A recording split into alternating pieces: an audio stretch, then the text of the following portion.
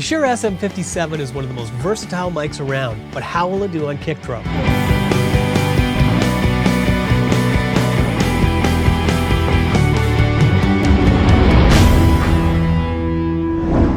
This video is one in a series of videos that I've done on a bunch of different mics for kick drum. To find it, go to the description. We're going to start by listening to the Shure 57 on kick with no processing whatsoever.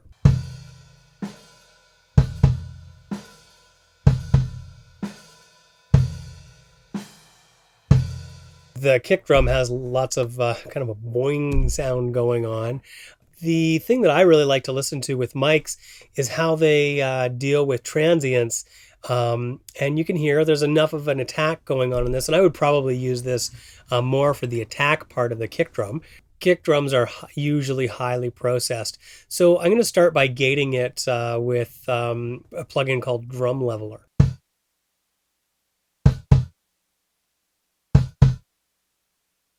You can hear lots of hi-hat bleed still in there. But the next thing that we would put on there is an enveloper. And I kind of went through really quickly and just added some of this standard stuff. Let's see what happens when we add some more transient attack to this.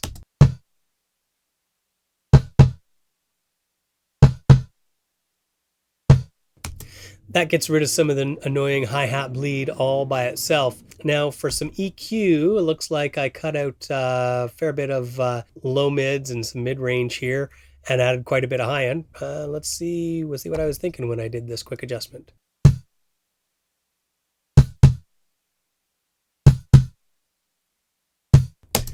That's not bad. And that's just a Shure 57 all by itself. You could certainly get more low end out of it by adding more EQ to it. But that's a pretty usable kick drum microphone all by itself. Now there's a ton of other things that we typically do when we're mixing kick drum, sometimes adding in like a low sine wave or something like that with it to give it a lot of low end boost.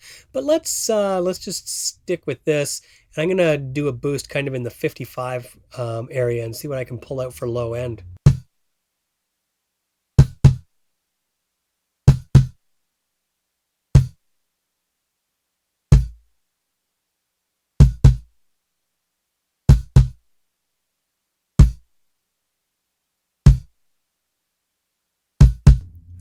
That's a pretty substantial kick all by itself. I would say from that, that's a pretty dramatic difference starting here.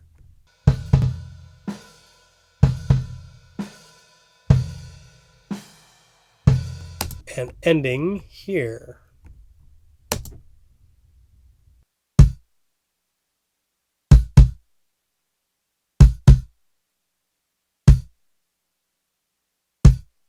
That's definitely a usable kick mic.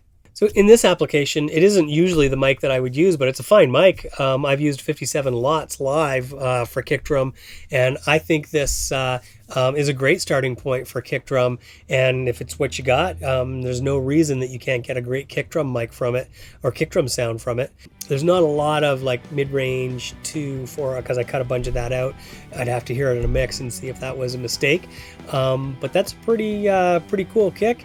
And this being a legendary microphone, I think there's no doubt about it that this can make a great kick drum microphone. That's it for me. Thanks so much. Please like and subscribe. And as always, this is a relatively small channel, so I can answer everybody's questions in the comments.